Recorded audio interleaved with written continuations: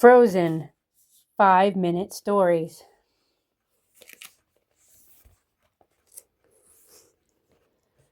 Let it glow. Autumn was almost gone. The chilly night air reminded Little Rock and his friends that winter was close.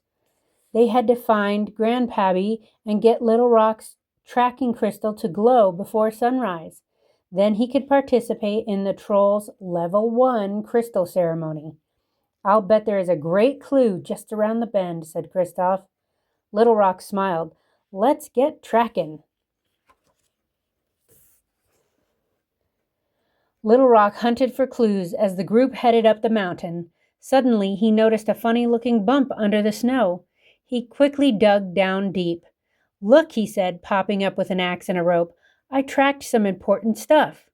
"You found some important stuff," said Kristoff, placing the items into Sven's saddlebag. "That's not tracking, remember?" Little Rock nodded. He had made the same mistake before. Tracking was a difficult skill, but he needed to figure it out. Otherwise, his crystal would never glow. "But you did show inventive thinking," said Anna, "and that's one of the rules of tracking, right?" "Yes," Little Rock answered, "along with fearlessness and observation." Kristoff smiled. "Would you like to hear a story about how I was inventive back when I was young?" Little Rock nodded again, so they began hiking. Kristoff started his story.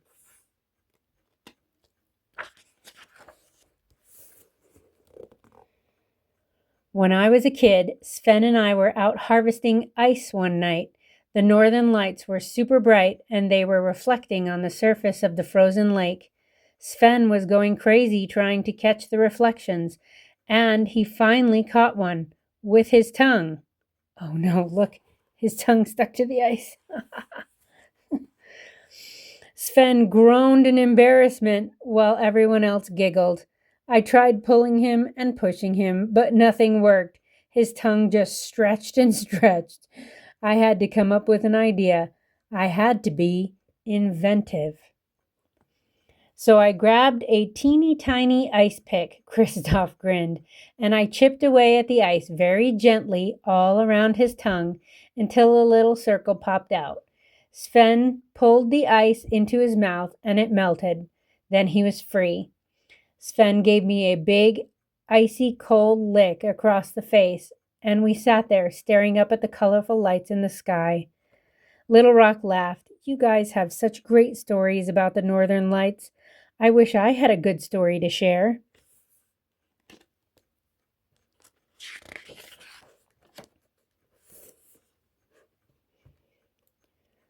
As the trail curved around the mountain, everyone gasped.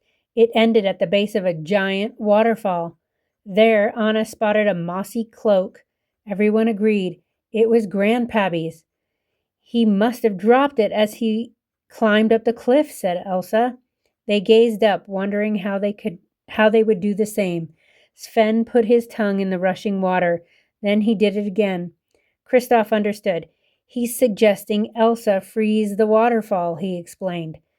"What an inventive idea, Sven," said Little Rock. Elsa waved her arms and the roaring water froze solid. "Now we climb," said Kristoff. "Be careful, Anna," called Elsa. "I totally got this," said Anna, striking the ice with her axe and pulling herself up. "I've always wanted to climb a waterfall."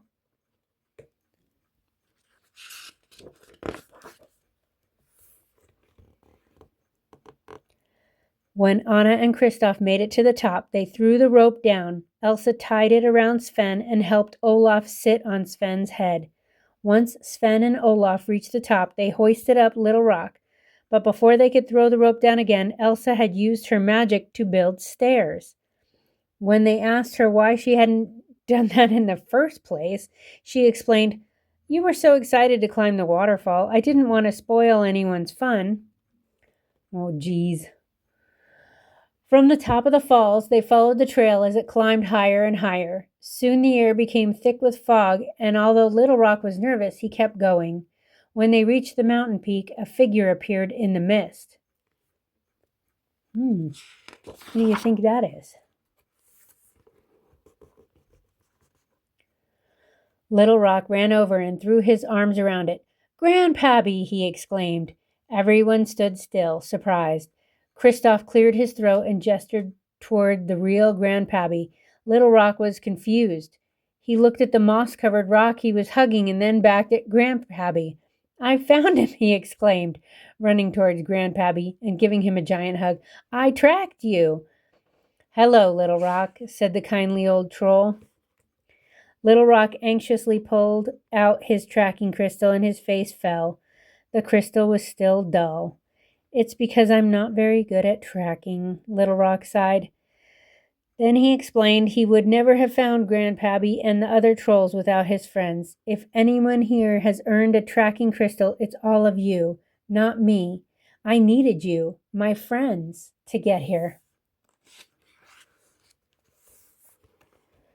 Suddenly, Little Rock's tracking crystal started to glow. "Look," said Anna, pointing to the crystal.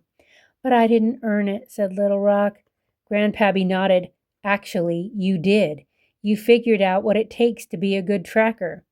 For Little Rock, that meant understanding that he needed help from his friends, and that realization had made the crystal glow. With the glowing stone in his hands, Little Rock joined the other young trolls around Grandpappy, ready for the crystal ceremony to begin. As Grandpappy lifted his arms in the air, all the trolls raised their crystals. The northern lights reflected the color of their crystals, and the lights bounced back into the sky, slightly brighter, but not as bright as Grandpappy had hoped. "Mind if I try something?" Elsa asked.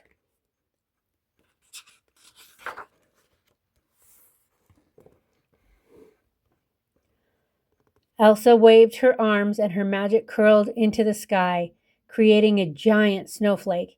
It sparkled as it turned, reflecting the northern lights back into the sky and all around them.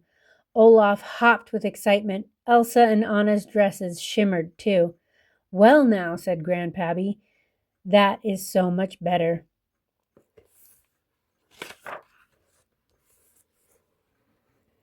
Far away in Troll Valley, the intense colors caught Bolda's eye. "Everybody look up," she shouted. All the trolls knew what the bright lights meant. Little Rock had succeeded in his quest.